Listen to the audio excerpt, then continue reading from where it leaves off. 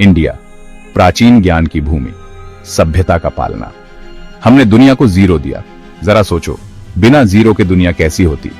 हमने तारों का नक्शा बनाया, ब्रह्मांड को समझा और कॉम्प्लिकेटेड सर्जरीज किए, जब बाकी दुनिया बेसिक सर्वाइवल में ही उलझी हुई थी।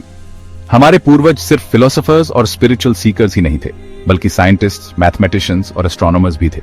उन्होंने ऑब्जर्व किया, एक्सपेरिमेंट किए, इनोवेट किया। उनकी डिस्कवरीज और इन्वेंशंस ने आज हम जो साइंटिफिक डिसिप्लिन्स जानते हैं उसकी नींव रखी। ये ऐसे उस समय की यात्रा है।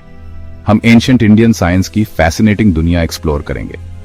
चलो उन ब्रिलियंट माइंड्स की कहानियों को अनकवर करते हैं जिन्होंने हमारी दुनिया को शेप किया। चलो उनकी अचीवमेंट सेलिब्रेट करते हैं और उनकी लेगेसी पर गर्व करते हैं। आर्यभट्ट, इंडियन एस्ट्रोनॉमी का सिनोनिमस नाम। 476 ईस्वी में जन्मे वो एक प्रोडिजी थे। 23 साल की छोटी सी उम्र में उन्होंने आर्यभट्टीय लिखी, एक रेवोल्यूशनरी टेक्स्ट जिसने यूनिवर्स की हमारी समझ को बदल दिया। आर्यभट्ट ने फ्लैट अर्थ के प्रिवेलिंग नोशन को चैलेंज किया। उन्होंने कहा कि अर्थ स्फेरिकल है और अपनी एक्सिस पर रोटेट करती है।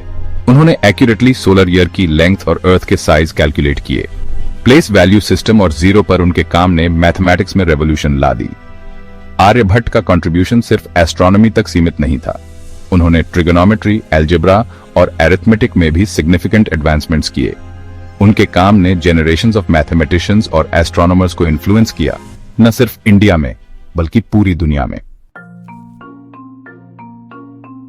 आर्यभट्ट की आर्यभट्टीय बस एक एग्जाम्पल है। एंशिएंट इंडिया वैज्ञानिक विचारों का केंद्र था। कई टेक्स्ट्स इस रिच इंटेलेक्चुअल हेरिटेज का प्रमाण हैं। सूर्य सिद्धांत एस्ट्रोनॉमी में गहराई से जाता है, इक्लिप्सेस, प्लैनेटरी मूवमेंट्स और ग्रेविटी के कंसेप्ट पर भी चर्चा करता है। फिर हमारे पास चरक संहिता और सुश्रुत संहिता हैं, मेडिकल इंसाइक्लोपीडियाज जो अपने समय से सदियों आगे थीं। ये complex surgical procedures, herbal remedies और हाइजीन के इंपॉर्टेंस डिस्क्राइब करती हैं। ये टेक्स्ट्स ज्ञान का खजाना है। ये हमारे पूर्वजों की साइंटिफिक ब्रिलियंस की झलक दिखाते हैं। ये हमें उस समय की याद दिलाते हैं जब इंडिया साइंटिफिक डिस्कवरी में सबसे आगे था। सेक्शन 4, पहचान का नुकसान, एक ऐतिहासिक दृष्टिकोण।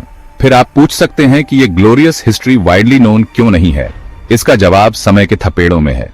सदियों के फॉरेन रूल के कारण इंडियन नॉलेज सिस्टम्स का सिस्टमैटिकली सप्रेशन हुआ।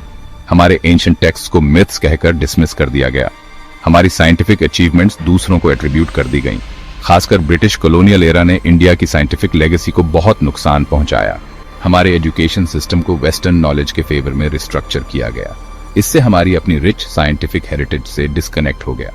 लेकिन इंक्वायरी की स्पिरिट, नॉलेज की थर्स्ट कभी पूरी तरह खत्म नहीं हुई। ये डॉर्मेंट रही, री इमर्ज होने के सही मोमेंट का इंतजार करती रही। सेक्शन 5, विरासत को पुनर्जीवित करना, आधुनिक भारत की यात्रा। आज इंडिया अपने एंशिएंट पास्ट में इंटरेस्ट की रिजर्जेंस देख रहा है। स्कॉलर्स, हिस्टोरियंस और साइंटिस्ट हमारे पूर्वजों की ब्रिलियंस को रिडिस्कवर कर रहे हैं। हम अपनी लॉस्ट हेरिटेज को रिक्लेम कर रहे हैं। एंशिएंट टेक्स्ट्स को रिन्यूड विगर के साथ स्टडी किया जा रहा है। हम सैटेलाइट्स लॉन्च कर रहे हैं, स्पेस एक्सप्लोर कर रहे हैं और साइंस एंड टेक्नोलॉजी की बाउंड्रीज को पुश कर रहे हैं। यह समय हमारे पूर्वजों के कंट्रीब्यूशंस को रिकॉग्नाइज और सेलिब्रेट करने का है। यह समय दुनिया को उनकी अचीवमेंट्स के बारे में बताने का है। चलो उनकी लेगेसी से इंस्पिरेशन लेते हैं। चलो ऐसे फ्यूचर बिल्ड करने की कोशिश करते हैं जहां इंडिया साइंस एंड टेक्नोलॉजी में ग्लोबल लीडर के रूप में अपनी राइटफुल प्लेस रिक्लेम करे।